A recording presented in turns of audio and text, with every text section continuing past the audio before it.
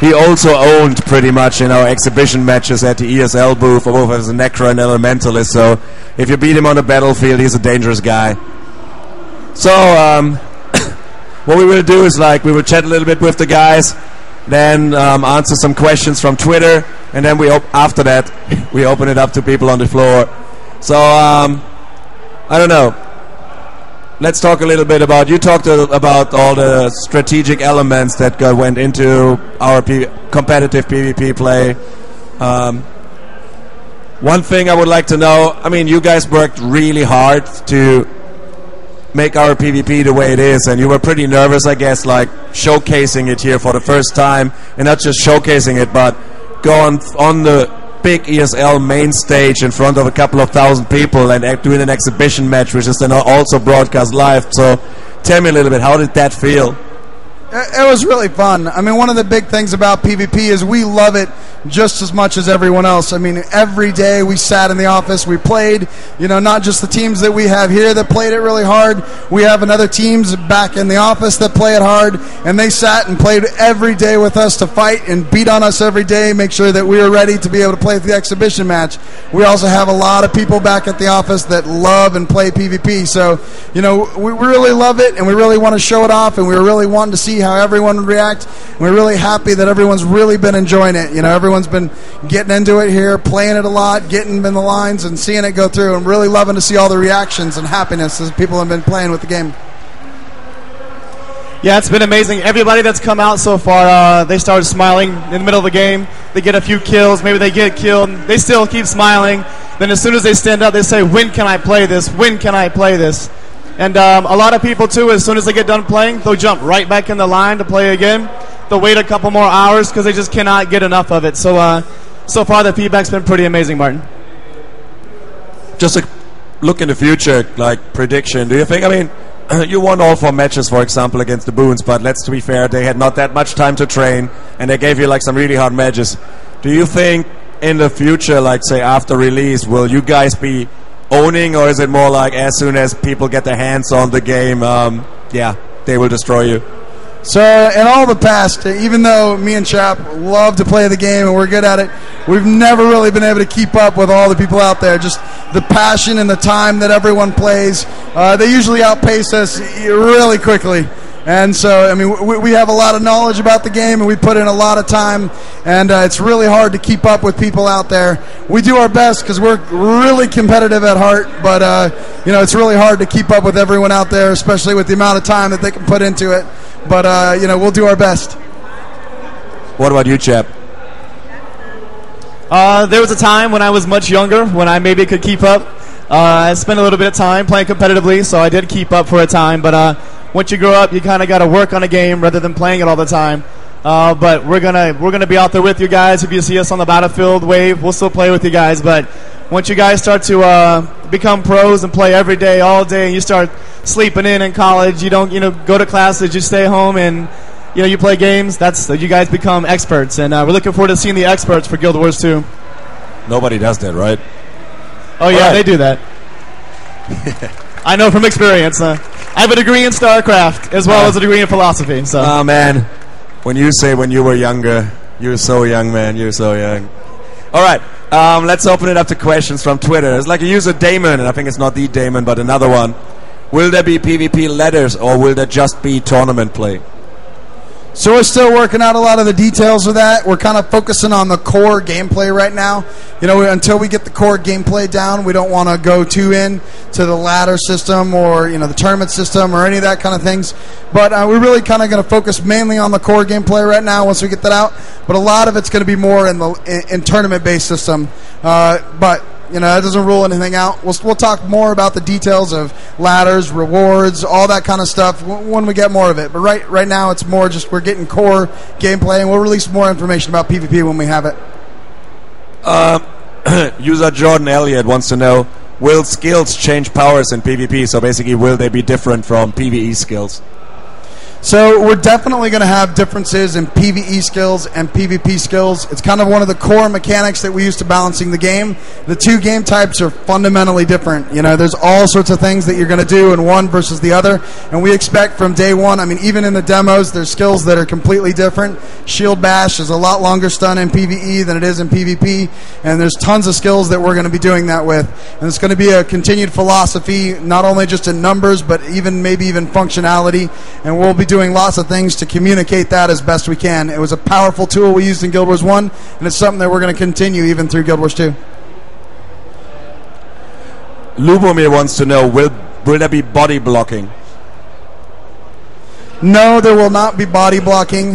We added a lot of mechanics in the game to allow you to maneuver other players around with knockbacks, launches, knockdowns, a lot of those things, fear.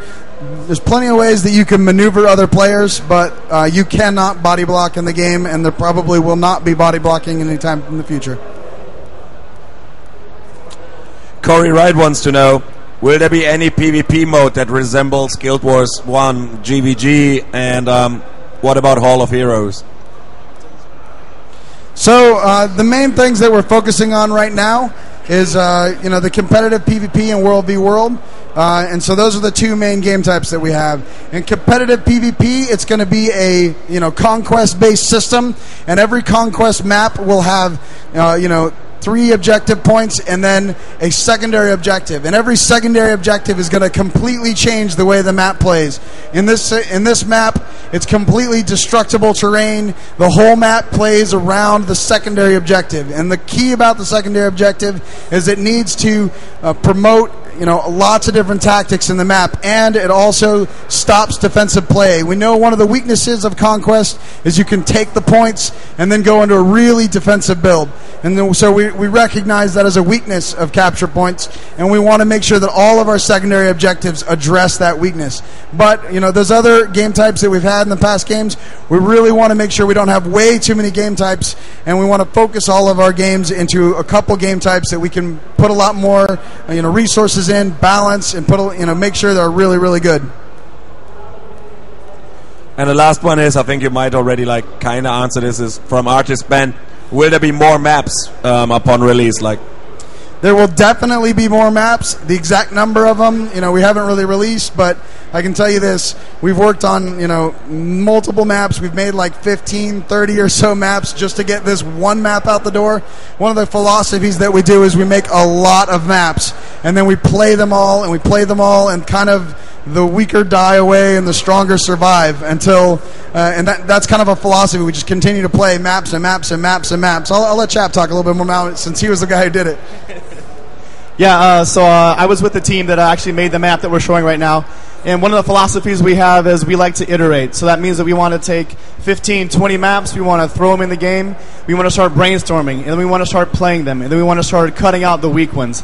And then when we start to get some really good maps that we think are pretty good that we want to show you guys, we start to play it as a company, which means we get the entire company at lunchtime sometimes to play this and just give us feedback, let us know. They send us emails, they come by our desks, and they just yell at us about things they don't like.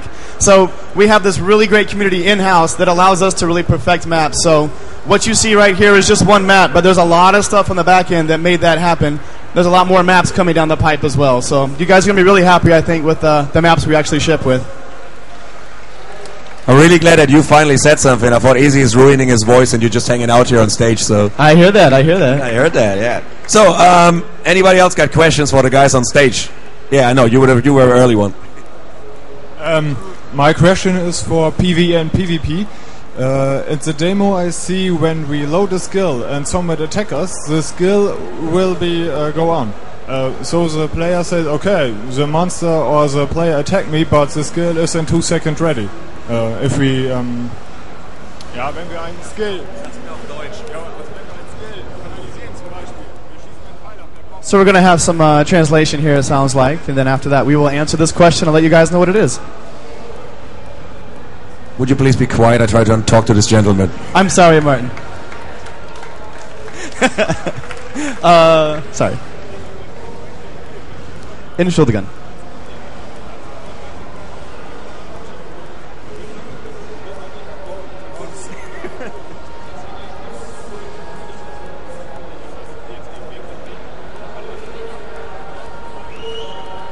So he said in PvE he noticed that, for example, you shoot an arrow, it takes like 3 seconds, like the skill to activate or something like that. And basically, if you get interrupted or knocked or down or whatever, it just like keeps triggering the skill and it fires, so it doesn't do anything. Is it just because of the demo, or will this different between PvE and PvP? Sometimes we have some skills that could be a skill that we know about that we've seen as a bug.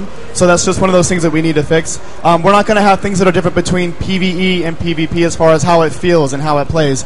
So that's not something we want to do, is to punish you in PvE for maybe using a skill and not doing it in PvP. So that's not our intent. It's just one of those things that, you know, it is still a game in progress. That's one of those things we'll have to fix down the road. So.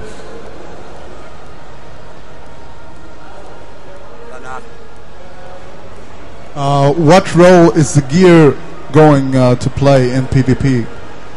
Your gear. So how big of a role does gear play in PvP? So in competitive PvP, as you saw, gears will be pretty much even for everybody. Now, what this means is you can either come in at the max level like everybody else, and you can have gear and stuff like that. You'll have a lot of stuff that you can pick from, or you can bring your own characters into PvP if you want to. So you'll have two different ways. Now, in World versus World, guild will be very important, because you can actually move through the progression system in World versus World. So it will play a bigger part in World v World and a smaller part in the actual competitive PvP. One other big thing is gear on your character is also another part of your character development. I mean, picking the skills that you pick is one aspect of what your character is going to use, but also what items your character use actually does really change up the way your character. If you want to pick a character that does a lot of criticals and does a lot of procs based on the things that he criticals, that can be a completely different feel of a character than a character that has a lot of, you know, health and a lot of, you know, armor and defense. And the only difference between that character and a crit character is gear, and they will play completely differently. And so gear is another piece of your character's build. You know, character's build is always going to be his, you know, all of his skills, all of his gear, and all the other things that add on to those things. So a character's build is a lot of pieces, not just skills. So but basically gear doesn't make you more powerful, gear just makes you more versatile? In competitive PvP. Yes, in competitive PvP. Yes. Is it possible that there possible that there sometimes be event maps like a beach in the summer or a map in the style of Guild Wars 1?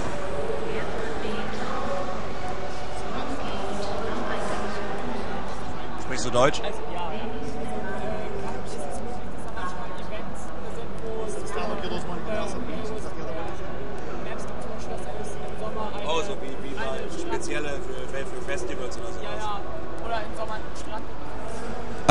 Basically, he's asking if we have holiday events in the game, so like costume brawl or whatever that we currently have. So will there be like special maps for competitive PvP, or like in the summer having a beach brawl or something like that? So we haven't talked too much about that publicly. We do have some things like that. In the major cities, you're going to find a lot of activities, and those activities are basically small little tournaments that you can play. Some really fun things you can do inside of cities. Now, for PvP, we may have some things like that. Some of the locations that we've already done harken back to Guild Wars 1 locations. We've already done a lot of those maps. We didn't show them here. We only showed the one. But we have a lot of things because we grew up playing Guild Wars 1. So we've already made things that look like Guild Wars 1 maps that we're just not showing right now. So if that kind of answers your question.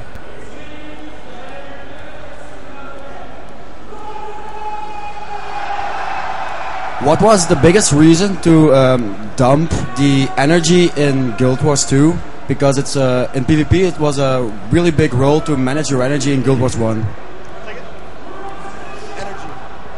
So the biggest thing about it is managing energy in Guild Wars 2 was very different.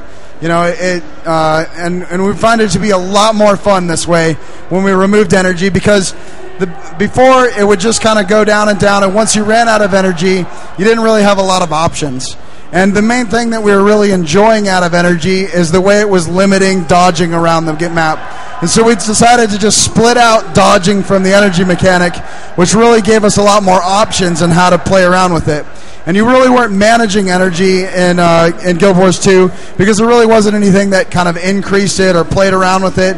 You really weren't having people take away your energy, and there wasn't a whole energy game like there was in Guild Wars 1.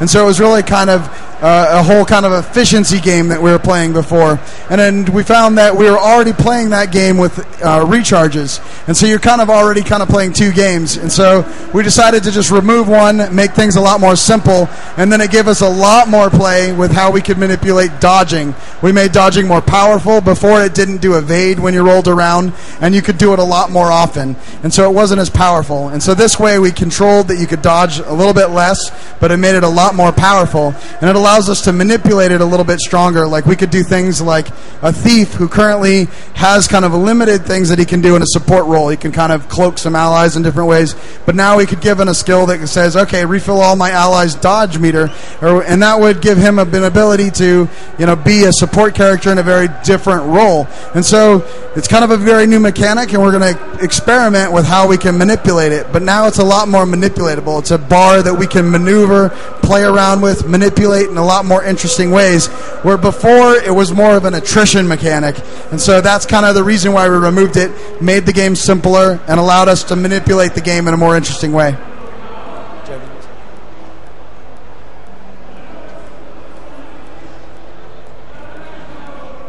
In Guild Wars 1, each max level character had like 480 HP. And is it the same? I mean, like now we saw in the demo, it was like level 80 character. I don't know, you haven't talked about max level yet, but have you finalized the specs, like the base HP per class? Is it going to differ per class or per race, or the base stat like intelligence and strength and stuff like that? So can you talk about that, or is it still confidential? Yeah, so once you have a max spec class in Guild Wars 2, the max HP will be different for each class. So let me give you two examples. A warrior max spec is going to have about 24,000-ish HP. Now a guardian, who is also heavy armor, is only going to have about 16,000. But he has a lot of ways to regen, and he has a lot of ways to block incoming attacks. So even though he has a lower max HP, he plays really differently because he has this constant regen. He has Aegis, which you saw us using today. So you can time that. If you see a big hit coming from somebody, you can pop your Aegis. You can activate it, block that hit. You might have just saved yourself 3,000 or 4,000 HP of damage. So those two classes are good examples of how the max HP will be different, and because of that difference, we can do a lot of different things with all the classes to make them feel really unique on the battlefield. So, who's next? Will there be anything like the fractions in Guild Wars Factions? What was that? Like the Kurzik or the Luxon, will there be anything like that in Guild Wars 2? So you're talking about the Luxons and the Kurziks? Yeah, if there will be different factions in the game. So there are player organizations that you can join, which are very similar to that in the sense that you're going to have a lot of identity that comes from those organizations. But for PvP, we don't have anything like that currently planned. So that's not something we're looking at right now. Now, having said that, in World vs. World, a lot of your identity will be tied to which side you represent, what server you represent. That'll become a very big part of your identity. So in that sense, your server and his server, they might not get along, and you're going to know that. So rather than being Luxon and Kurzik, you're going to know that server and be like, I don't like those guys. And they're going to say, we don't like those guys. And you're going to say, let's go settle it on World vs. World. Let's go settle this. So that's kind of the way that you're going to identify yourself in World vs. World is based off the servers.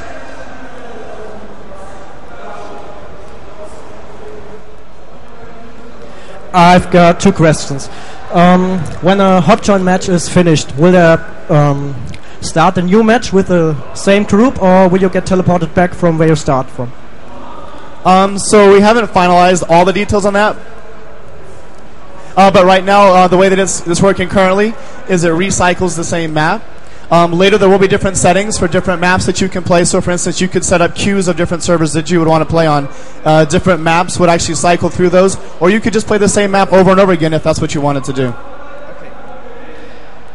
I think what he's actually asking is, will it be like a random arena now that you basically the winner stays and gets like a different team playing against them? Currently, that is not the way it works for competitive PvP. Once we release a little bit more stuff, a little bit more info about how the competitive P will be structured on the back end, we'll answer a lot of those questions that you obviously are having, and it'll make a lot more sense on how that stuff is going to work. My second one, you say you can join a hot join match from everywhere, so you can join a match which started 5 minutes ago. So it could be that the other team is winning, it's really good, and in your team it's every second there's a new player, and so you can't really get into the game and can't win it. How do you handle this? So the way the kind of casual PvP, which is a little more hot joinable, is kind of structured is a little closer to an FPS structure, right? You're able to kind of jump in, play the game, and yeah, sometimes you jump into the middle of a game, but usually don't just jump in for one match. You jump in, you play, you hang out for a while, and the match goes on and on for a while. And so the idea is that we're kind of changing paradigms to a different structure there. And so it is the case that you can go in, play for a while, and leave, but the map is kind of a different entity, right? You'll stay in a map and you'll be able to play. People will come and go, but this map's going to cycle and the game's going to keep cycling, and you're going to be playing and playing, which is very similar to the way a lot of FPS games run their their maps and their cycles and their games. Then there's the tournaments, which are very typical match. You go in, you do the match is over, your team comes out, and your team will be waiting for another match. And that's kind of how our automated tournaments worked in Guild Wars 1. And so those are kind of two different structures. And so the casual side is going to be a little more on that other structure, and the tournament side is going to be more like our Guild Wars 1 structure with our automated tournaments was. Okay, I think we have time for 2 more questions. Yeah, you have to get closer to the stage. I can't reach that far.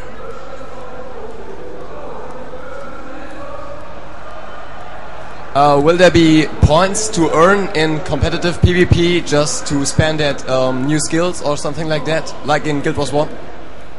So we will have some sort of reward mechanic, but like I said, we're really working on the core gameplay right now.